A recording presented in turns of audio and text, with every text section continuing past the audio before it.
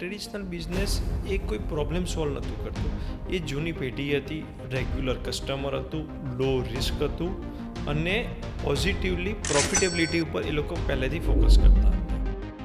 Startup એટલે સૌપ્રથમ innovation છે. સ્ટાર્ટઅપનું માઇન્ડસેટ હોય છે કે એમને ગ્લોબલી એક્સપાન્શન કે ગ્લોબલી એમની પ્રેઝન્સ ઊભી કરવી પડશે. If I want to build 1000 crore of company, 1000 કરોડની મારે કંપની બનાવી છે.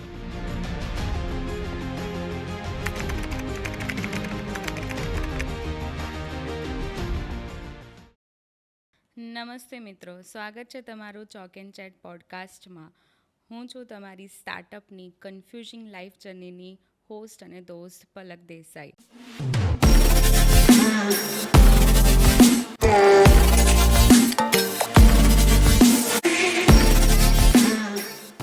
લાસ્ટ એપિસોડમાં આપણે વાત કરી જોબ કે સ્ટાર્ટઅપ. આઈ હોપ ઘણા બધાનું તમારું કન્ફ્યુઝન ક્લિયર થઈ ગયું હશે કે તમે જોબ માટે બન્યા છો કે સ્ટાર્ટઅપ માટે. આજે ફરીથી વેલકમ કરીએ મિસ્ટર વૈભવ દેસાઈનું, જે આપણને આજે સ્ટાર્ટઅપની જર્નીમાં કઈ કઈ સ્કિલ્સ ડેવલપ કરવી જોઈએ, માઇન્ડસેટ શું રાખવું જોઈએ અને ક્યુરિયોસિટી કેટલી ઇમ્પોર્ટન્ટ છે એના વિશેની ઇન્સાઇટ્સ આપશે. So warm welcome mister Vaibhav Desai. Thank you Palakben. સૌપ્રથમ તો ચોક એન્ડ ચેટનો દિલથી તમને એમ કહીશ કે જે આજની જનરેશન, જે યુથને નવો બિઝનેસ કરવો, જોબ કરવી, સ્ટાર્ટઅપ કરવી, હડલ્સ શું આવે એ બદલ તમે આવો સારો ઇનિશિયેટિવ લીધો, જેથી યુથ અને આવનારી પેઢી માટે આ સારો વિચાર અને સારો મેસેજ તમારા તરફથી જાય છે એ બદલ. વૈભવભાઈ, પહેલાંનો ટાઈમ હતો જ્યારે એક એવું હતું કે જોબ જ ઇમ્પોર્ટન્ટ હતી. પેરેન્ટ્સ પણ એવું જ કહેતા હતા કે તમે ડૉક્ટર કે એન્જિનિયર બની જાઓ અને સારી જોબ મળી જાય એટલે લાઈફ સેટ. પણ અત્યારનો ટાઈમ આખો ડિફરન્ટ છે. અત્યારે લોકો પાસે બિઝનેસ આઈડિયાઝ છે, બિઝનેસમાં સક્સેસ પણ મળે છે. આજે એઝ અ એન્ટરપ્રિનરશિપ છે મારામાં, હું એન્ટરપ્રિનર બની પણ શકું છું, એક સારો બિઝનેસ ડેવલપ કરી શકું છું, એક સારો આઈડિયા લઈને બહુ સરસ સ્ટાર્ટઅપ મારું ઊભું કરી શકું છું. પણ ઘણા બધા લોકો છે જેને ક્યુરિયોસિટી હોય છે, ઘણા બધા લોકોને એવું હોય છે કે ક્યાંથી સ્ટાર્ટ કરવું, કેવી રીતના સ્ટાર્ટ કરવું, શું ફર્સ્ટ સ્ટેપ લેવા, કોને જઈને મળવું, કંઈ જ ખબર નથી હોતી. બિકોઝ ફેમિલીમાં પણ કોઈ એવું બેકગ્રાઉન્ડ નથી હોતું કે જેણે બિઝનેસ કર્યો હોય, જ્યાંથી એમને કંઈક ઇન્સાઇટ્સ મળી શકે. તો સૌથી પહેલાં તો આપણે એ જાણીએ કે બિઝનેસ સ્ટાર્ટ કરવા માટે ફર્સ્ટ સ્ટેપ મારો શું હોવો જોઈએ. જો બિઝનેસ સ્ટાર્ટ કરવા માટે સૌથી પહેલાં એક તો આઈડિયા જે તમને આવ્યો, એનો મતલબ સ્ટાર્ટઅપનો જન્મ થયો. ત્યાર પછી એક બેઝિક સ્કિલ્સની જરૂર હોય છે જે બિઝનેસને કે સ્ટાર્ટઅપને સ્ટાર્ટ કરવા માટે હોય છે. જેમ આપણે ઘણી બધી સ્કિલ્સ હોય, પણ આપણે બેઝિકલી 5 સ્કિલની વાત કરીએ. જેમ કે કોમ્યુનિકેશન સ્કિલ્સ આવે છે, problem solving, financial management, relationship management, relationship building અને એડેપ્ટેબિલિટી. હવે આપણે દરેક સ્કિલને થોડું માઇન્યુટલી ચેક કરીએ તો જેમ કે કોમ્યુનિકેશન સ્કિલ્સ છે, તો કોમ્યુનિકેશન સ્કિલ્સ બિઝનેસ અને સ્ટાર્ટઅપમાં એટલું જ ઇમ્પોર્ટન્ટ રોલ ભજવે છે તમારા સક્સેસમાં. જેમ કે તમારી પાસે ઇન્વેસ્ટર્સ છે, તમારી ટીમ્સ છે, તમારા કસ્ટમર્સ છે. જો તમે એને સમજી નહીં શકો તો તમારો આઈડિયા ગમે તેટલો તાકાત કેમ નથી, પણ તમારું સ્ટાર્ટઅપ સક્સેસ નહીં ચાલે. કોમ્યુનિકેશન સ્કિલનો મતલબ તમારો શું, ઇંગ્લિશ ફ્લુઅન્ટ હોવું જોઈએ મારું? કોમ્યુનિકેશન સ્કિલ્સ મતલબ કે એકબીજાને સમજો. અત્યારે સિમ્પલમાં કે તમારા ઇન્વેસ્ટરને તમે સમજો, તમારા ટીમને સમજો, તમારા કસ્ટમરને સમજો. જેમ કે આપણે ઘણીવાર વાત કહેતા હોઈએ છીએ ગુજરાતીમાં કે આપણે શું બોલીએ છીએ અને સામેવાળો શું સમજે છે, એ કોમ્યુનિકેશન સ્કિલનો અભાવ છે કે શું સમજે છે. એ જ રીતના આપણે વાત કરીએ કે ફાઇનાન્શિયલ મેનેજમેન્ટ. તો સ્ટાર્ટઅપ જ્યારે કરતા હોય ત્યારે તમારી પાસે ફંડિંગની લિમિટેશન્સ હોય, તમારી પાસે ટીમની લિમિટેશન્સ હોય. મતલબ કે તમારું જે બજેટિંગ તમે જે કરો છો એ ફાઇનાન્શિયલ મેનેજમેન્ટ તમારી પાસે હોવું જોઈએ. ત્રીજી વાત કરીએ પ્રોબ્લેમ સોલ્વિંગ. તમને ખ્યાલ હોય તો અત્યાર સુધીના જેટલા બી બિઝનેસમેન જે જૂના હતા, વેપારીઝ આપણે જે કહીએ છીએ, એ જ્યારે ને જેથી પ્રોબ્લેમ આવે એ ટાઈમે એ લોકો એને પ્રોબ્લેમને સોલ્વ કરતા હતા. સ્ટાર્ટઅપ એટલે અગેન કે પ્રોબ્લેમનો ભંડાર પહેલેથી શરૂઆતમાં.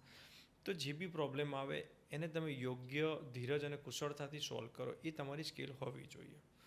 ચોથું વસ્તુ તમારી પાસે આવશે એડેપ્ટેબિલિટી. સૌથી ઇમ્પોર્ટન્ટ વસ્તુ કે માર્કેટ અને કસ્ટમર જેમ ચેન્જ થાય એમ તમારે એડોપ્શનની માનસિકતા તમારી હોવી જોઈએ. અધરવાઇઝ તમારું સ્ટાર્ટઅપ આગળ જતાં ફેલ થશે. અને last most important relationship buildup, કે તમારું નેટવર્કિંગ, તમારી પાસે કોરિલેશન્સ, તમે કેટલા કોલોબરેશન્સ કરો છો સ્ટાર્ટઅપ્સમાં, એ બહુ ઇમ્પોર્ટન્ટ સ્કિલનો ભાગ ભજવે છે તમારી પાસે. એવું કહેવાય છે કે curiosity is the best university. So ક્યુરોસિટીની જરૂર કેટલી હોય છે એઝ અ એન્ટરપ્રિનર તરીકે વ્યક્તિને? ક્યુરોસિટી એ તમારું સ્ટાર્ટઅપની અંદર એક તમારો ફર્સ્ટ આઈડિયા, એ જ તમારી ક્યુરોસિટી છે. તમારી વસ્તુ ક્યુરિયોસિટી નહીં હોય તો તમે સ્ટાર્ટઅપ જ ક્યાંથી શરૂ કરી શકશો? તો ક્યુરિયોસિટી હશે તો જ થશે.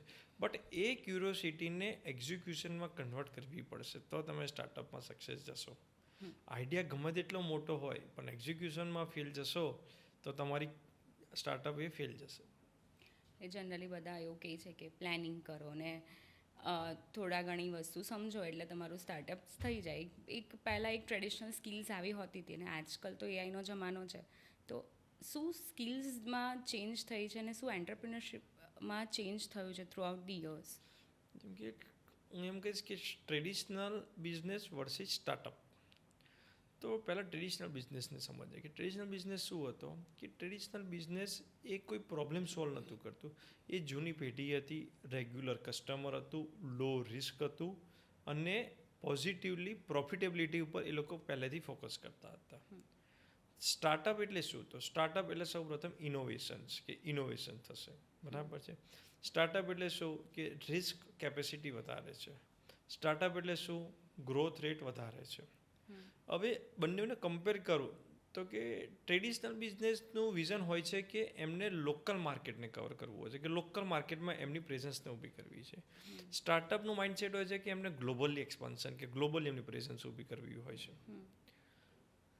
Traditional business always focus on first profitability અને startup always first focus on growth, customer share, either market share અને એના પછી પ્રોફિટેબલ ઉપર ધ્યાન રાખતું હોય છે. એ જ પ્રમાણે કે ટ્રેડિશનલ બિઝનેસ હું કહું કે one kind of a grocery shop છે, ફાર્મસી શોપ છે, કે ત્યાં આગળ એક ગ્રોથની એક લિમિટેશન આવશે ત્યાં આગળ, બિકોઝ એને લોકલ માર્કેટ અને વિઝન છે. અને સ્ટાર્ટઅપ છે અગેન કે ઇન્ટરનેશનલ ગ્લોબલ એક્સપ્લોઝર છે, તો એ આગળ જતાં આપણને સ્ટાર્ટઅપમાં વધારે હેલ્પફુલ થશે for the growth and everything. ઘણી વખત એવું આપણે જોયું છે કે સ્ટાર્ટઅપનું બહુ બધા પ્લાન્સ હોય, તમારી પાસે બહુ જ બધા આઈડિયાઝ હોય અને દરેક આઈડિયા માર્કેટ ફિટ થાય એવું જરૂરી નથી હોતું. તો વોટ ઇઝ ધી ફંડામેન્ટલ? તમારું શું કહેવું છે આમાં? જો જેવો સ્ટાર્ટઅપમાં તમને એક આઈડિયા આવ્યો કે તમારે આ સ્ટાર્ટઅપનું બિઝનેસ કરવો છે, તો સૌથી પહેલાં 4-5 પેરામીટર્સ છે. કે સૌથી પહેલું હું તમને એવું કહીશ કે કસ્ટમર વેલિડેટ કરતા શીખો, કે કસ્ટમરનો પ્રોબ્લેમ વેલિડેટ કરો. જેમ કે એ જે તમને આઈડિયા આવ્યો છે એમાં કસ્ટમરનો પ્રોબ્લેમ સોલ્વ થાય છે કે નથી થતો. જેમ કે હું એક્ઝામ્પલ આપું કે તમારી પાસે ફૂડ ડિલિવરીની એપ તમારે ચાલુ કરવી છે, બરાબર છે. તો સૌથી પહેલાં કે કસ્ટમરને શું પ્રોબ્લેમ છે? તો પહેલો પ્રોબ્લેમ એવો છે કે ટાઈમલી ડિલિવરી, કે ડિલિવરી ટાઈમનો પ્રોબ્લેમ છે એને. નંબર 2 એને ક્વોલિટીનો પ્રોબ્લેમ છે. નંબર 3 એને પ્રાઇઝિંગનો પ્રોબ્લેમ છે. મતલબ કસ્ટમરને શું પ્રોબ્લેમ છે જેને તમે સોલ્વ કરી રહ્યા છો. તો ફર્સ્ટ સ્ટેપ છે કે કસ્ટમરનું વેલિડેશન તમારે ચેક કરો. બીજું ઓપ્શન આપી તમને કહીશ કે માર્કેટ શેર એન્ડ ડિમાન્ડ. તમે જે પ્રોબ્લેમ પર કામ કરી રહ્યા છો એનું ઓવરઓલ માર્કેટ શેર કેટલો છે, એની ગ્લોબલ ડિમાન્ડ કેટલી છે, લોકલ ડિમાન્ડ્સ કેટલી તમારી પાસે આવેલી છે. ત્રીજું તમને કહીશ કે જે બી તમે પ્રોડક્ટની આઈડિયાઝ છે જેને તમારે સ્ટાર્ટઅપમાં યુઝ કરવો છે, તો કસ્ટમરની પેઇંગ એક્સેપ્ટન્સ છે કે નહીં. ઘણી વાર સ્ટાર્ટઅપમાં કેવું હોય છે કે આઈડિયા સારો હોય છે, બધું સારું હોય છે, પણ કસ્ટમર એ વસ્તુને પરચેસ કરવા માટેની acceptance paying capacity. Paying capacity is different. Paying capacity કરતાં પેઇંગ એક્સેપ્ટન્સ, કે હું આ વસ્તુ પૈસા ખર્ચી શકીશ, લઈશ કે નહીં. યસ, કેપેસિટી હોવા છતાં બી મતલબ કે તમારા એ વસ્તુ માટે કસ્ટમર પૈસા ખર્ચશે કે નહીં. એટલે એને ફાલતુનો ખર્ચો લાગે છે કે એકચ્યુઅલી યુઝ થાય છે. બની શકે. ત્રીજી વસ્તુ છે આવું બધું ના થાય એટલે સૌથી પહેલાં શું કરવું જોઈએ તમારે કે એક સ્મોલ MVP મતલબ કે મિનિમમ વાયબલ પ્રોડક્ટ તમારે બનાવવી જોઈએ. મતલબ કે તમારા સ્ટાર્ટઅપ આઈડિયામાં ફૂલ મોડલની જગ્યાએ થોડુંક સેમી મોડલ બનાવો કે સેમી પ્રોડક્ટ બનાવો અને તમે તમારા ફ્રેન્ડ્સ ફેમિલીઝ લોકલ્સમાં એક પહેલાં ટેસ્ટ કરો. એક્ઝામ્પલ કે તમે પૂરી સિટીમાં પ્રોડક્ટ ડેપ્લોય કરવા માગતા હોય તો સૌથી પહેલાં તમે તમારા લોકલ એરિયાઝમાં ટ્રાય કરો કે ચાલે છે કે નથી. સો એક MVP તમને એક બુસ્ટઅપ આપશે સ્ટાર્ટઅપમાં કે મારા પ્લાનમાં મારા આઈડિયાઝમાં શું મારે ચેન્જ કરવું જરૂરી છે. સૌથી ઇમ્પોર્ટન્ટ લાસ્ટ સ્ટાર્ટઅપની અંદર કે રિટેન્શન રેશિયો કસ્ટમરનો, કે કસ્ટમર મારી જે આઈડિયાઝ છે કે જે મારી પ્રોડક્ટ છે એ કેટલી વાર ફરીથી રીબાય કે રીપર્ચેસ કરશે. તો આ 4-5 મુદ્દા આઈડિયા જોડે આટલું તમે ધ્યાન રાખશો તો ઘણીવાર તમને એક આઈડિયા આવી જશે કે આ હું પ્રોબ્લેમ બી સોલ્વ કરું છું અને મારું બિઝનેસ મોડલને બી એ પ્રમાણે વર્ટિકલ્સ બનાવી રહ્યો છું. તો ઘણો બધો તમને એમાં હેલ્પ થઈ જશે. માર્કેટ રિસર્ચ જ્યારે કરતા હોઈએ તો શું એ વસ્તુ જોવી જરૂરી નથી હોતી કે કોઈ પણ આપણે પ્રોડક્ટ લોન્ચ કરી રહ્યા છે એનું માર્કેટ કેટલું છે, એક્ઝેક્ટલી એના કસ્ટમર્સ કેટલા બની શકે છે? મેં અગેન કીધું ને કે માર્કેટ શેર અને માર્કેટ ડિમાન્ડ. આજે તમે રિસર્ચ કરી લીધું, ઘણી વાર એવું થાય કે તમારે ગ્લોબલી એક્સપાન્શનમાં જવું છે પણ તમારું જે માર્કેટમાં જે કસ્ટમર ઓડિયન્સ છે એનો શેર કેટલો છે અને એના કોમ્પિટિટર સાથે કેટલા છે અને કોમ્પિટિટર પ્રોબ્લેમ સોલ્વ કરે છે કે નથી કરતા, તમે એમાંથી શું નવું પ્રોબ્લેમ સોલ્વ કરો છો જેથી તમારી પ્રોડક્ટ્સને વધારે તમારા કોમ્પિટિટર કરતા વપરાય. એટલે એ જ કે market share and demand A research કરશો એટલે તમને આઈડિયા આવી જશે કે મારા પ્રોડક્ટ જવાય કે ના જવાય એમ. એટલે એના માટે સૌથી પહેલાં MVP તમે જાઓ કે MVP ઉપર તમે જશો એટલે તમને ખ્યાલ આવી જશે આ વસ્તુ. એટલે હું એવું સમજું છું કે લેટ સપોઝ કે હું રિયલ ડાયમંડ આજે સેલ કરી રહી છું તો એની માર્કેટ્સ બહુ ઓછી છે, જેમ કે લક્ઝરીમાં આવે છે, અને એ જ જગ્યાએ હું અગર લેબગ્રોન ડાયમંડ સેલ કરી રહી છું તો એનું માર્કેટ મને મોટું મળશે, તો એમાં માર્કેટ શેર મારો વધતી જશે. ઓકે, માર્કેટ શેરની ડેફિનેશન હું તમને 2 ટર્મ્સમાં કહીશ. એક આવે છે કે નંબર ઓફ યુઝર્સ મતલબ કે નંબર ઓફ કસ્ટમર્સ, અને બીજી ટર્મ્સ હું કહીશ કે કેટલો એનો માર્કેટ કેપ છે. હવે તમે જેમ વાત કરી કે ડાયમંડ્સ વર્સિસ લેબગ્રોન ડાયમંડ્સ, બરાબર છે. તો જે ડાયમંડનું જે માર્કેટ યુઝર્સ છે એનું જે કાઉન્ટ કમ્પેરિઝન તો લેબગ્રોન તો ઓછું જ હશે, પણ જે માર્કેટ કેપ છે એઝ ઓન ટુડે રિયલ ડાયમંડની એ લેબગ્રોન કરતાં વધારે છે બિકોઝ એ લક્ઝરી પ્રોડક્ટ છે. એની ટિકિટ સાઇઝ વધારે છે, મતલબ એ ડાયમંડની વેલ્યુઝ વધારે કમ્પેર ટુ લેબગ્રોન ડાયમંડ માટે. પણ તમારી પ્રોડક્ટ ક્યાં છે એ એટલી કેપનો મતલબ એવું કહીશ કે લેટ સપોઝ કે if I want to build 1000 crores of company, 1000 કરોડની મારે કંપની બનાવવી છે, તો શું એ પ્રોડક્ટની માર્કેટ કેપ એનાથી વધારે છે? અને છે તો અત્યારે કેટલા કંપનીઝ કે મારા કોમ્પિટિટર આ વસ્તુ કરી રહ્યા છે, એ તમારે થોડું ધ્યાન રાખવું પડશે. રાઈટ. અને હું બીજું એક એવું સમજું છું કે લોકો આજે પ્લાનિંગ માટે MVP બનાવવા પાછળ, SOPs બનાવવા પાછળ બહુ જ બધો ટાઈમ વેસ્ટ કરતા હોય છે અને એ પછી એમની પ્રોડક્ટ માર્કેટમાં લોન્ચ કરે છે. તો વોટ ઇઝ યોર ઓપિનિયન? બહુ જ બધો ટાઈમ તમારી ઇનિશિયલ સ્ટેજમાં આટલો બધો ટાઈમ તમારે વેસ્ટ કરવો જોઈએ કે જસ્ટ સ્ટાર્ટ અને ધીરે ધીરે એમાં ચેન્જીસ લઈને અપગ્રેડેશન કરવું જોઈએ? ઘણો સમય વેડફવો MVP અને SOP, તો સૌથી પહેલાં મેં અગેન કીધું કે MVP તો જરૂરી જ છે. પહેલાં એક બેઝિક આપણે સમજીએ કે SOP શું હોય છે, આપણે MVP તો સમજાય. SOP એટલે તમારી એક સિસ્ટમેટિક ઓપરેટિંગ પ્લાનિંગ તમારી હોય છે કે તમારી કોઈ બી, જેમ કે હું તમને એક એક્ઝામ્પલ આપું કે ફૂડ ડિલિવરીની જ વાત કરીએ આપણે, કે કોઈ કસ્ટમરનો ઓર્ડર તમારી પાસે ફૂડ ડિલિવરી થતો આવ્યો, તો એના પછી તમારી SOP હોવી જોઈએ કે સૌથી પહેલો સ્ટેપ છે કે મારો ફૂડ મેકિંગ થશે, એના પછી મારું પેકેજિંગ થશે, એના પછી મારો ડિલિવરી બોય આવશે. તો જે સ્ટેપ્સ છે અને એ સ્ટેપમાં જે ઇન્વોલ્વમેન્ટ છે એને SOP કહેવામાં આવે છે. કે સ્ટાન્ડર્ડ પ્રોસિજર હોય છે કે તમારી પાસે સ્ટાન્ડર્ડ અને સિસ્ટમેટિક યુ કેન સે કે એ પ્રોસિજર તમે બનાવશો તો તમને SOP દરેક પ્રોસેસની એક આઈડેન્ટિફાઈ જર્ની હોય છે. કે આજે તમારી ત્યાં લેટ સપોઝ રેસ્ટોરન્ટ ઉપર કોઈ કસ્ટમર આવ્યો તો સૌથી પહેલાં આપણે એને પાણી આપતા હોઈએ છીએ, ઓર્ડર્સ લેતા હોઈએ છીએ, એ પ્રમાણે ધીસ ઇઝ સ્ટાન્ડર્ડ SOP. એવું ઓપરેશનલ SOP હોય છે, પ્રોડક્ટ હોય, સર્વિસ હોય, સપોર્ટ્સ હોય. તો SOP એટલું છે. જો સ્ટાર્ટઅપની અંદર SOP નહીં હોય ઇનિશિયલી, તો જેમ જેમ ટીમ ડેવલપ તમારી થશે તો સ્ટાર્ટઅપ તમારો કેઓસ થઈ જશે. એટલે SOP જરૂરી છે અને MVP તો મસ્ટ, બિકોઝ MVP હશે તો તમને ખબર પડશે કે તમારી પ્રોડક્ટ માર્કેટ એક્સેપ્ટન્સ છે ને માર્કેટ ફિટ થોડી થવાની છે કે નહીં. ઓકે. જનરલ એક બેઝિક પર આવીએ કે સપોઝ MVP હું કરી રહી છું આજે, તો વોટ ઇઝ યોર ઓપિનિયન કે કેટલા લોકો સુધી મારે પહોંચવું કે જે લોકો મને પરફેક્ટ ફીડબેક આપી શકે ને હું એનાથી સમજી શકું કે મારી પ્રોડક્ટ આ માર્કેટ ફિટ થઈ શકશે.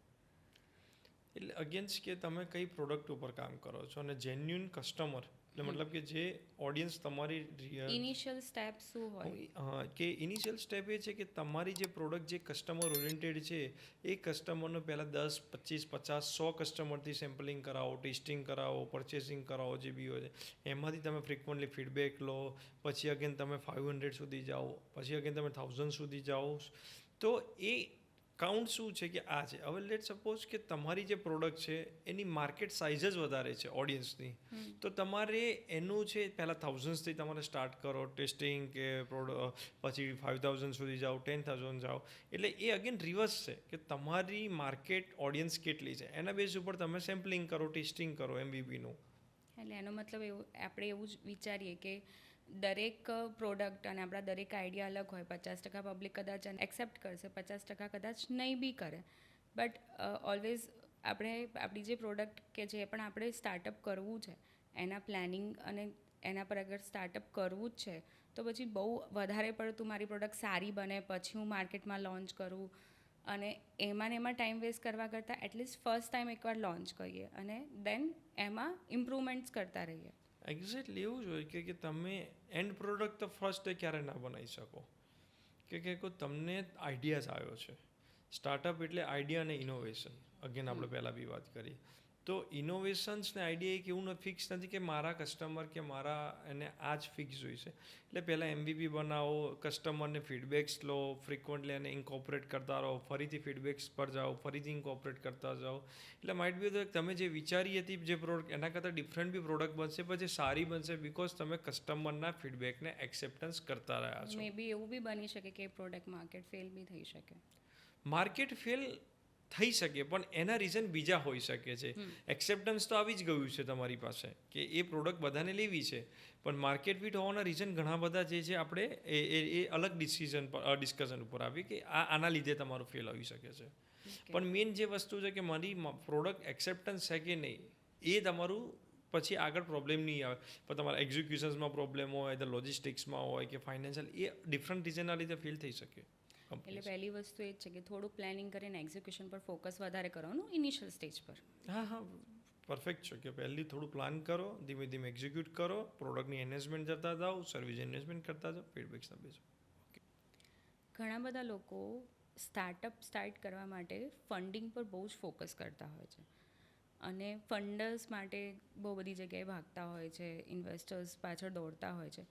મારો ક્વેશ્ચન સૌથી પહેલો એવો છે કે શું ઇનિશિયલ સ્ટેજ પર ફંડર્સ કે ફંડ્સની આપણે જરૂર છે? 100% જરૂર છે બિકોઝ સ્ટાર્ટઅપ એટલે ગ્લોબલ એક્સપાન્ઝન, ગ્લોબલ પ્રોડક્ટને આપણે બનાવી છે એટલે ફંડિંગ એ જરૂરી છે સ્ટાર્ટઅપમાં. પણ એ ફંડિંગને સિસ્ટમેટિકલ ઇન્વેસ્ટર પાસે લેવું એ એનાથી વધારે જરૂરી છે. મને ઇન્વેસ્ટર્સ પાસેથી ફંડ પણ મળી ગયું, પણ ઘણી વખત એવું થાય છે કે ફંડ્સ આપણને મળી જાય છે ત્યારે એન્ટરપ્રિનર્સ એ ફંડને પ્રોપરલી મેનેજ નથી કરી શકતા અને હંમેશા પછી લેક ઓફ ફંડ રહે છે અને બીજે પછી વધારે ફંડ રેઝ કરવું પડે છે એમને. તો એક બેઝિક રેશિયો બતાવો કે ફંડ જ્યારે ઇનિશિયલી આપણી પાસે સ્ટાર્ટઅપ માટે ફંડ્સ મળે છે, ફંડ્સને કેવી રીતના ડિવાઈડ કરવું અને કેવી રીતના એને એવી રીતના યુઝ કરવું કે જેનાથી તમારું સ્ટાર્ટઅપની પ્રોપર સક્સેસ આપણને મળી રહે. જો ફંડિંગ મળવું ને સ્ટાર્ટઅપમાં એ તમારી અચીવમેન્ટ છે સૌથી પ્રથમ. પણ ફંડિંગને કેવી રીતના યુઝ કરવું એ તમારી સ્ટાર્ટઅપની સક્સેસ અને ફેલરને તમારી ડિસાઇડ કરી શકશે. તો આપણે એના ઘણા બધા પેરામીટર્સ હું તમને સમજાવું. સૌથી પહેલી વસ્તુ આવે કે બજેટને પ્લાન કરો. તમને આજે જે બી ફંડ્સ અવેલેબલ મળ્યું છે એનું બજેટિંગ કરો.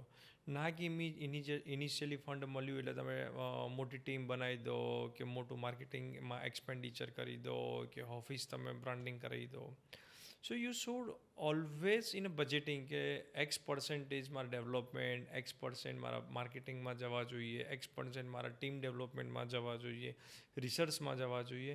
તો સૌથી પહેલાં છે કે budgeting is important after the funding.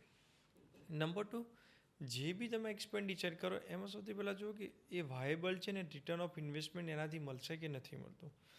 તો નેસેસરી જે કસ્ટમર એક્વિઝિશન માટે ઘણી બધી સ્ટાર્ટઅપ કંપનીઓ માર્કેટિંગ્સ ને બધું કરતું હોય જે વાયેબલ નથી, જે રિટર્ન નહીં આપી શકતી, તો એવા ખર્ચાને તમે શક્ય હોય તો એને તમે દૂર કરો. તમારો દરેકે દરેક રૂપિયાને ટ્રેક કરો સ્ટાર્ટઅપની અંદર કે તમે ક્યાં બજેટને જ્યાં ફંડને તમે યુટિલાઇઝ કરો છો.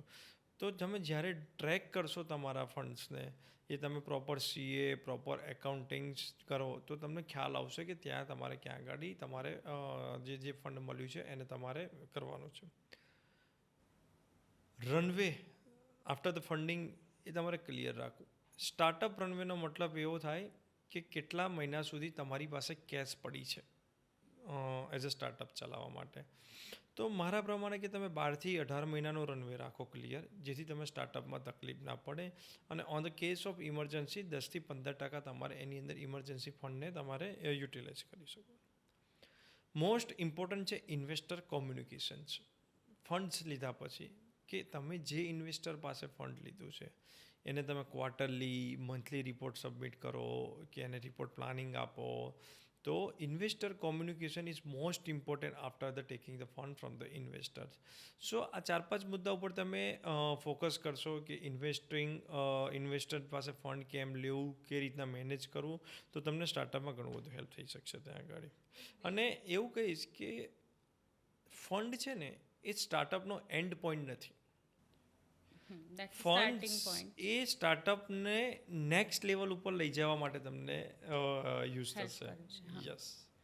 સો એક બેઝિક એવું એક્ઝામ્પલ લઈએ કે લેટ સપોઝ મને 10-1 લાખ રૂપિયાનું સ્ટાર્ટઅપ ફંડ મળ્યું છે, તો મારે એને બેઝિક કેવી રીતના રેશિયો ડિવાઈડ કરવો કે જેનાથી મારું ફંડ છે એ પ્રોપરલી યુટિલાઇઝ થઈ શકે. સૌપ્રથમ તો એને રિવર્સ જુઓ. તમે 10 લાખ કેમ લીધા, તમારે કેમ જરૂર પડી તો 10 જ લીધા, કેમ 5 ના લીધા ને કેમ 15 લાખ ના લીધા. સ્ટાર્ટઅપ એવું નથી કે આપણે મન થયું કે 20 લાખ જોઈએ છે પછી. તો you should have a quarterly, half yearly yeah yearly planning કે મારે આ કંપનીને આ દિશામાં લઈ જવા માટે આટલું રનવે અને આટલું જરૂર પડશે. તો ઓલરેડી તમે પહેલેથી પ્લાન કર્યું હશે, તમે ઇન્વેસ્ટરને પીચ એ રીતના કર્યું હશે અને ઇન્વેસ્ટરની રીતના તમે ક્લેરિટી સાથે કીધું હશે કે after the receive this funds we are utilising this fund in marketing યા ટીમ ડેવલપમેન્ટમાં યા રિસર્ચમાં કરીશું. તો એ પ્રમાણે તમે રિવર્સ જજો. ડાયરેક્ટ પહેલાં એવું નહીં કે મારે 5 લાખ જોઈએ છે તો 5 લાખ લઈ લીધા. એ 5 લાખને ક્યાં યુટિલાઇઝ કરશો, કેટલા સમય માટે કરશો, અને એ 5 પતી જાય પછી શું બીજું ફંડ રાઉન્ડ કરવાનું છે તમારી પાસે કે શું કરવાનું છે, એ પ્રમાણે તમે ફંડ રેઝિંગ રાઉન્ડ ક્રિએટ કરો. એટલે બેઝિક એવું હું વિચારું કે સપોઝ મારે રિસર્ચ પાછળ કેટલા ખર્ચવાના છે, પ્રોડક્ટના મેન્યુફેક્ચરિંગ પાછળ કેટલા ખર્ચવાના છે, માર્કેટિંગ પાછળ કોસ્ટ કેટલું કરવાનું છે, અને મારી એવરેજ જે કોસ્ટ છે બીજી અધર કોસ્ટ કેટલી આવે છે, અને મારે કેટલા ટાઈમ સુધીનો રનવે મારે પ્લાન કરવાનો છે, એ પ્રમાણે આપણે ફંડ રેઝ કરવું જોઈએ. જેમ કે હું તમને એક એક્ઝામ્પલથી વાત સમજાવું કે ઘણી બધી વેલ નોન સ્ટાર્ટઅપ છે કે જેની ઇકોસિસ્ટમ ડેવલપ થઈ ગઈ છે, બરાબર છે, પણ હવે એને બુસ્ટઅપ માટે માર્કેટિંગ એક્સપેન્ડિચર વધારે છે. તે લોકો ફંડ રેઝિંગની અંદર 70% એમનું કે 60% કે વોટ એવર તે હોય કે 50% એનું બજેટિંગ રાખશે માર્કેટિંગની અંદર. બીજું આવશે કે ટેકનો ડ્રીવન બનાવવા માટે એ લોકો 25-30% ટેકનો ડ્રીવન મળશે. મતલબ કે તમે જ્યારે બી ફંડ રેઝ કરો ને તો કેપિટલ અને રિકરિંગ કોસ્ટ એ બંને કેટલી જરૂરી છે ફંડ રેઝિંગ રાઉન્ડમાં, એ તમારા માટે બહુ ઇમ્પોર્ટન્ટ રોલ કરશે. અત્યારે બહુ જ મોટો એક ક્વેશ્ચન છે કો ફાઉન્ડરનો. ઘણા બધા લોકો સ્ટાર્ટ કરે છે, લાઈક કોલેજ કમ્પ્લીટ થઈને લેટ્સ સ્ટાર્ટ બિઝનેસ, આપણે જોડે બિઝનેસ ચાલુ કરી દઈએ અને પોતાના ફ્રેન્ડ્સને ને એ બધાને જોડે લઈને એક બિઝનેસ સ્ટાર્ટ કરે છે. પણ એક એવું પ્રોબ્લેમ એવા બી જોયા છે કે જે તમારા કો ફાઉન્ડર છે એમનામાં કોઈ સ્કિલ નથી કે કાં તો એમની સ્કિલનો તમે કોઈ યુટિલાઇઝ નથી કરી શકવાના તમારા બિઝનેસ માટે, અને એ તમારો કો ફાઉન્ડર છે તો એ તમને યુટિલાઇઝેશન તો એમનું તમે ન જ લઈ શકો. સો મોસ્ટલી એવું કો ફાઉન્ડરમાં કઈ સ્કિલ્સ તમારે જોવાની હોય અને કો ફાઉન્ડર ચૂઝ કરતી વખતે શું શું વસ્તુની ધ્યાન રાખવાની હોય? સૌપ્રથમ કો ફાઉન્ડર એટલે મેરેજ. કો ફાઉન્ડર એટલે તમે મેરેજ કરો છો. હવે yes is a partner choose. હવે તમે જો રોંગ પાર્ટનર ચૂઝ કરી લેશો તો સ્ટાર્ટઅપનું ફ્યુચર ડેન્જર છે સૌથી પહેલાં તો એનો મતલબ કે કો ફાઉન્ડર બહુ ઇમ્પોર્ટન્ટ રોલ ભજવે છે સ્ટાર્ટઅપની અંદર. તો હવે કેવો કો ફાઉન્ડર લેવો છે, બીજો ક્વેશ્ચન છે. સૌથી પહેલી વસ્તુ તમે એવું સમજો કે કોમ્પ્લિમેન્ટરી સ્કિલ્સ. જેમ કે એક કો ફાઉન્ડરની સ્કિલ છે ટેકનોલોજી બિલ્ટઅપ કરવામાં, બીજી કો ફાઉન્ડરની સ્કિલ છે એને ડેવલપમેન્ટને સ્ટ્રોંગ કરવામાં. તો બંનેની સ્કિલ ડિફરન્ટ હશે તો આગળ જઈ શકશો, પણ બંનેની સેમ સ્કિલ હશે બેવ કો ફાઉન્ડર તો સ્ટાર્ટઅપનો ગ્રોથ છે તમારો ધીરો થઈ જશે. ઓકે. બીજું છે કે ટ્રસ્ટ અને એથિક્સ. જ્યારે બી તમે કો ફાઉન્ડર્સને લો છો એટલે તમારે એની ઉપર 100% ટ્રસ્ટ રાખવો જરૂરી છે. ડિફિકલ્ટ સમયે તમારી જોડે ઊભો રહે અને એની જોડે તમે ટ્રસ્ટથી અને એથિક્સથી તમે કામ કરી શકો એવો કો ફાઉન્ડર તમારી જોડે એ જરૂરી છે. ત્રીજું છે કોમ્યુનિકેશન અને કન્ફ્લિક્ટ થશે તમારી સ્કિલ્સ જોડે. કે કો ફાઉન્ડર જોડે ઘણીવાર તમારે ડિસએગ્રીમેન્ટ થશે ડિસ્કશન પોઈન્ટ્સ ઉપર, પણ આફ્ટર ધ હેલ્ધી ડિસ્કશન્સ તમે બંને છેલ્લે એક વે ઉપર આવો કે એક માઇન્ડસેટ ઉપર આવો કે ના હવે આ કંપની માટે કરવું છે. તો એ બી એવો કો ફાઉન્ડરને જરૂરી છે કે તમારી પાસે એકબીજાના ડિસિઝનને રિસ્પેક્ટ તમારી પાસે આવી શકે. ત્રીજું છે કે તમારા બંનેનું વિઝન શેર્ડ હોવું જોઈએ. જેની ઘણીવાર એવું મેં જોયું છે કે એક કો ફાઉન્ડર એના સ્ટાર્ટઅપને લોકલી જોતો હોય અને બીજો કો ફાઉન્ડર છે એના સ્ટાર્ટઅપને ગ્લોબલી જોતો હોય. તો બંનેના વિઝન જ મેચ નહીં થાય તો ત્યાં બી આગળ જતાં એ ક્યાંક ને ક્યાંક કો ફાઉન્ડરની જગ્યાએ કંપનીનો ગ્રોથની અંદર તમારી પાસે પ્રોબ્લેમ્સ આવી જશે. કઈ ક્લિયરિટી ઇનિશિયલ સ્ટેજ પર કો ફાઉન્ડર જોડે થવી જરૂરી છે? સૌથી પહેલાં મેં તમને કીધું રોલ એન્ડ રિસ્પોન્સિબિલિટી દરેકને પોતપોતાની ખબર હોવી જોઈએ કે આ છે. બીજું કે કો ફાઉન્ડર ક્યારે પાર્ટ ટાઈમ વાળો નહીં રાખવાનો. જેટલી તમે સમય આપો છો એટલો જ કો ફાઉન્ડર તમારી જોડે સમય આપી શકશે. જેટલા ટ્રાન્સપરન્ટથી બંને જણા કામ કરશો એટલું આગળ જશે. દરેક જણ એક્ઝિક્યુશનમાં કોક છે એ આઈડિયાઝ ઉપર કામ કરવો હોતો હોવો જોઈએ, તો એ જ વસ્તુ બીજો કો ફાઉન્ડર એને એક્ઝિક્યુશન કરતો હોવો જોઈએ. જો બંને આઈડિયા ઉપર કામ કરશે તો એક્ઝિક્યુશન ઉપર કામ નહીં કરી શકે. તો આ રીતના તમારે કો ફાઉન્ડર્સ અને એની સ્કિલને જોઈને તમારે આગળ સ્ટાર્ટઅપની જર્ની શરૂ કરવી જોઈએ છે. ઓકે, એટલે જે કો ફાઉન્ડર આપણે લઈએ ડિફરન્ટ સ્કિલ્સવાળા હોય તો વધારે બેટર. તો ઘણું સારું રહેશે તમારી પાસે ડિફરન્ટ સ્કિલ હશે અને જરૂરી છે સ્ટાર્ટઅપને કરવા માટે. કો ફાઉન્ડર્સની વચ્ચે ઇનિશિયલ જે પાર્ટનરશિપ ડેટ્સ ને એવું હોય છે એ શું ઇનિશિયલ સ્ટેજ પર જરૂરી છે? એ જે તમે કહો છો એ કંપની ફોર્મેશનનો ભાગ છે કે તમે કંપની કેવી રીતના ફોર્મેટ કરી રહ્યા કો છો. ફાઉન્ડરની મ્યુચ્યુઅલ અન્ડરસ્ટેન્ડિંગથી પાર્ટનરશિપ ડેટ ઇમ્પોર્ટન્ટ હોય છે કે નહીં? પાર્ટનરશિપ ઇઝ ડિફરન્ટ થિંગ, કો founder is a different thing. કે તમે પાર્ટનરશિપ કંપની બનાવો છો, તમે LLP કંપની કરી રહ્યા છો કે તમે પ્રાઇવેટ લિમિટેડ કંપની કરી રહ્યા છો. જેમ કે તમારું વિઝન છે ગ્લોબલી, જેમ તમારું છે કે ઇન્વેસ્ટર ફંડિંગ છે, તો એ કેસમાં 100% તમારે પ્રાઇવેટ લિમિટેડ કંપનીની જરૂર પડશે. તમારું વિઝન છે લોકલ છે, તમે નોર્મલ સ્ટાર્ટઅપ કરવા જઈ રહ્યા છો અને કંઈક થોડું આઈડિયાઝ ઉપર કામ કરી રહ્યા છો તો તમે પાર્ટનરશિપ ફર્મ પર કામ શરૂઆત કરી શકો છો. ઇનિશિયલી તમે પાર્ટનરશિપ ફર્મથી આગળ જતાં ગ્રેજ્યુઅલી તમે LLP આઈધર પ્રાઇવેટ લિમિટેડ બી કરી શકો અને ત્યાર પછી તમે લિમિટેડ ઉપર જઈ શકો છો. કો ફાઉન્ડર જરૂરી છે કે હું એઝ અ સોલોપ્રેનર થઈને પણ કંપની મારી સ્ટાર્ટ કરી શકું, કે કો ફાઉન્ડર જરૂરી જ છે? આજના ટાઈમમાં કો ફાઉન્ડર વગર કંપની કરવી અશક્ય છે. જેમ મેં કીધું કે જે જીવનમાં મેરેજની જરૂર છે એવું કંપની કરવા માટે કો ફાઉન્ડરની જરૂર છે. સો ઇનિશિયલ સ્ટેજ પર ફાઉન્ડર્સ કઈ એવી મિસ્ટેક કરતા હોય છે જે અવોઇડ કરી શકાય?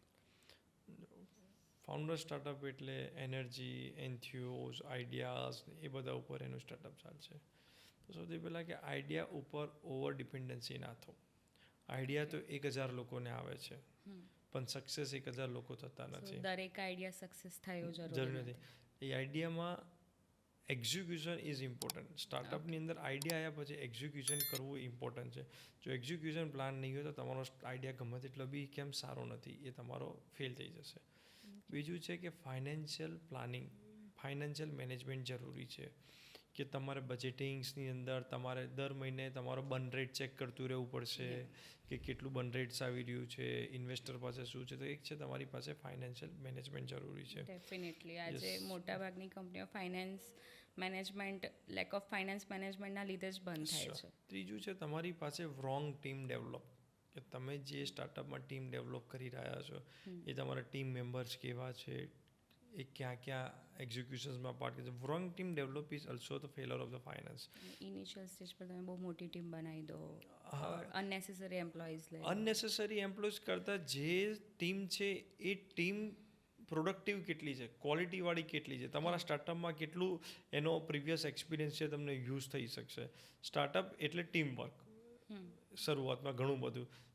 તો તમારી રોંગ ટીમ એ ઇમ્પોર્ટન્ટ છે કે રોંગ ટીમ ના તમારી થાય. ત્રીજું કે તમારું પ્રોડક્ટ માર્કેટ ફિટ છે કે નહીં. સમટાઈમ્સ લોકો આઈડિયા સારો છે, એક્ઝિક્યુટ બી સારી છે, પણ એ પ્રોડક્ટ જ માર્કેટ ફિટ નથી. તો એ વખત બી તમારી અગેન કે પ્રોડક્ટ તમારી માર્કેટ ફિટ છે કે નથી એ તમારે ચેક કરવું પડશે. સૌથી ઇમ્પોર્ટન્ટ કસ્ટમર ફીડબેકની અવગણના કરતા હોય છે સ્ટાર્ટઅપ્સ, કે જ્યારે બી કસ્ટમર્સ ફીડબેક્સ આપતા હોય છે એની અવગણના કરો તો બી તમને સ્ટાર્ટઅપની અંદર ફેલિયર્સ એક થાય છે. માઇન્ડસેટ એવું હોય છે કે મારી જ પ્રોડક્ટ બહુ જ સારી છે, બહુ જ સારી છે. એ માઇન્ડસેટના લીધે ઘણી વખત પ્રોબ્લેમ્સ આવતા હોય છે. યસ, તો કસ્ટમર ગ્રેજ્યુઅલી જેમ જેમ તમને ફીડબેક આપતું હોય છે એમ તમારે એને સોલ્વ કરતું જવું પડે છે. Last and the most important કે જલ્દી રિઝલ્ટ સ્ટાર્ટઅપને જોઈએ છે કે 6 મહિનામાં મારી કંપની આટલા થાઉઝન્ડ્સ ઓફ કરોડ કે 100 કરોડની થઈ જાય. તો તમારે પેશન્સ અને ટાઈમ આપવો પડશે. તો આ 7-8 મુદ્દાથી તમે થોડા બેઝિક જાઓ તો તમને એને એવોઇડ કરી શકો. Yes, definitely. એવું ઘણી વખત જોયું છે કે સ્ટાર્ટિંગમાં ઘણી બધી એવી કંપનીઓ આપણે જોઈ બી ખરી, બંધ પણ થઈ ગઈ, અને ઇનિશિયલમાં એમણે બહુ જ મોટો બિઝનેસ કરી લેવો, જેના માટે બહુ જ બધા ફંડ્સ લઈ લીધા, ઇન્વેસ્ટર્સ લઈ લીધા, એન્ડ દેન ના ચાલી, માર્કેટ ફિટ ના થઈ, એટલે સડનલી શટડાઉન થઈ જાય છે. એટલે એ જ વસ્તુ છે કે funds is a last step of a startup. અને જે અત્યારે લોકો ફર્સ્ટ સ્ટેપ ઓફ સ્ટાર્ટઅપને ફંડ રેઝિંગ કે ઇન્વેસ્ટર પાસે પૈસા લે છે, બરાબર છે. પણ તમારી મેં કીધું કે પ્રોડક્ટ માર્કેટ ફિટ છે, માર્કેટ શેર ચેક કરી લો, તમારી પાસે તમારી ટીમ એટલી સક્ષમ છે, તમારી પાસે પ્રોડક્ટ જે છે એનો રિટેન્શન રેશિયો કસ્ટમરનો છે કે નથી, કસ્ટમર એને પેઇંગ એક્વાયર કેપેસિટી છે કે નથી. તો પહેલાં આ બધું ચેક કરીને તમે ફંડ રેઝિંગ રાઉન્ડ ચાલુ કરજો.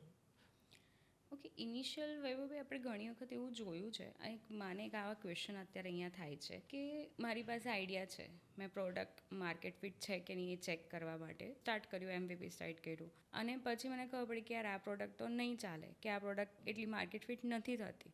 તો દેટ ઇઝ કાઇન્ડ ઓફ એક નાનકડું ફેલિયર કહી શકીએ એને. એ બધામાં ફેલિયરમાં ઘણા બધા લોકો નાસીપાસ થઈ જાય છે અને પછી બીજા કોઈ ટ્રાય કરતા જ નથી. તો એવા લોકો માટે તમારી શું સલાહ છે કે એવરી ટાઈમ આપણે નવી પ્રોડક્ટ ટ્રાય કરવી જોઈએ, શું કરવું જોઈએ? સૌથી પહેલાં મેં તમને કીધું, આગળ બી તમને કીધું કે કસ્ટમર એડપ્શન્સ તમારો જે હોય, માર્કેટ એડપ્શન્સ, એ તમારે ઇમ્પોર્ટન્ટ વસ્તુ છે. હું આજે તમને એક એક્ઝામ્પલ વાત કરું છું, 2 કંપનીની વાત કરું છું. એક છે નોકિયા અને બીજું છે કોડક. આ બંને કંપની જે તે સમયમાં માર્કેટ ફિટ હતી, કસ્ટમર એક્વિઝિશન્સ બી સારું હતું, કસ્ટમર એક્સેપ્ટન્સ બી સારું હતું. પણ આજે એ કંપની કેમ નથી કે એને માર્કેટ પ્રમાણે જે એડપ્શન લાવવું જોઈતું હતું એટલે એડપ્શન ના લાવી શકી.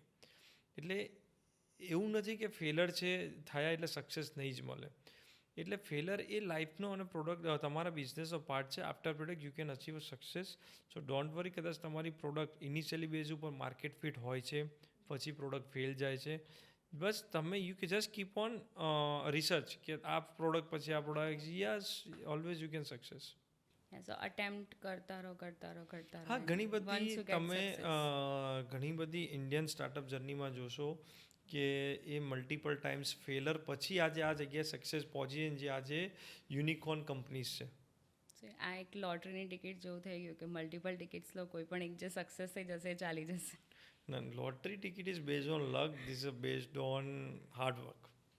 સો એક કાઇન્ડ ઓફ અ સાયન્ટિસ્ટ કે જે ઓલવેઝ કંઈક એ જ્યારે સ્ટાર્ટ કરે છે તો ત્યારે એવું નથી વિચારતો કે હું જે રિસર્ચ કરી રહ્યો છું એ સક્સેસ જશે કે નહીં જાય, પણ એને સ્ટાર્ટ કરી લે છે અને દેન મલ્ટિપલ ફેલિયર્સ પછી જ એને સક્સેસ મળે છે.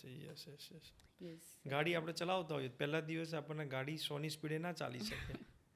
એવું છે, પહેલાં તમારે ડ્રાઇવિંગ સીટ પર બેસવું જરૂરી છે. ગાડી 100ની સ્પીડે ચલાવવી છે મને ખબર છે, પણ પહેલાં હું શું કરીશ, ડ્રાઇવિંગ સીટે બેસવા માટે જરૂરી છે. ડ્રાઇવિંગ સ્પીડ પર બેઠા પછી મને 2 વાર ફેલ થઈશ, 3 વાર ફેલ થઈશ, પણ એક સમય એવો આવશે કે હું ગાડી પ્રોપરલી ચલાવી શકીશ. Yes, definitely. એટલે ખબર, શરૂઆતમાં આપણે સાયકલ બાળકોને ચલાવતા હતા તો 2 વાર ફેલ થાય, 3 વાર ફેલ થાય, પછી તમને એનું સાયકલ ચલાવતા આવડી જાય છે તમારી પાસે. આજના મસ્ત પોડકાસ્ટને એન્ડ આપતા પહેલાં 3 એવી તમારી ટિપ્સ કે જે અર્લી એન્ટરપ્રેનર્સને હેલ્પફુલ થઈ શકે. સૌથી પહેલાં તમારા સ્ટાર્ટઅપની ગ્રેટ એસેટ શું છે કે કસ્ટમર એડેપ્ટેબિલિટી. બીજું છે ફંડિંગના જે બી પૈસા લો એ તમારા જ પૈસા છે, એ પ્રમાણે તમે એને વાપરો. ત્રીજી વસ્તુ છે કે કસ્ટમર જે બી તમને રિસ્પોન્સ કે ફીડબેક આપે એને એક્સેપ્ટન્સ કરો. બીજું બધું માર્કેટ ડાયરેક્શન તમને ઓટોમેટિક મળી જશે. લાસ્ટ નોટ લિસ્ટ કે કો ફાઉન્ડરને એવો સિલેક્ટ કરો કે એ લાઈફ પાર્ટનર જેવો હોવો જોઈએ આપણી પાસે. સો આજનો ટૉપિક એ બહુ જ હેલ્પફુલ રહ્યો અને આઈ હોપ ઘણા બધા એન્ટરપ્રિનર્સને એમાંથી સારી એવી ઇન્સાઇટ્સ મળશે. સો ફ્રેન્ડ્સ, તમે કહેજો આજનો ટૉપિક તમને કેવો લાગ્યો. નેક્સ્ટ ટૉપિક આપણે મળીશું બહુ જ જલ્દી ટીમ બિલ્ડિંગ પર. અને આજના ટૉપિક પર તમને કોઈ પણ ક્વેશ્ચન્સ હોય તો તમે કમેન્ટમાં રાખી શકો છો અને પ્લીઝ સબસ્ક્રાઈબ. Thank you.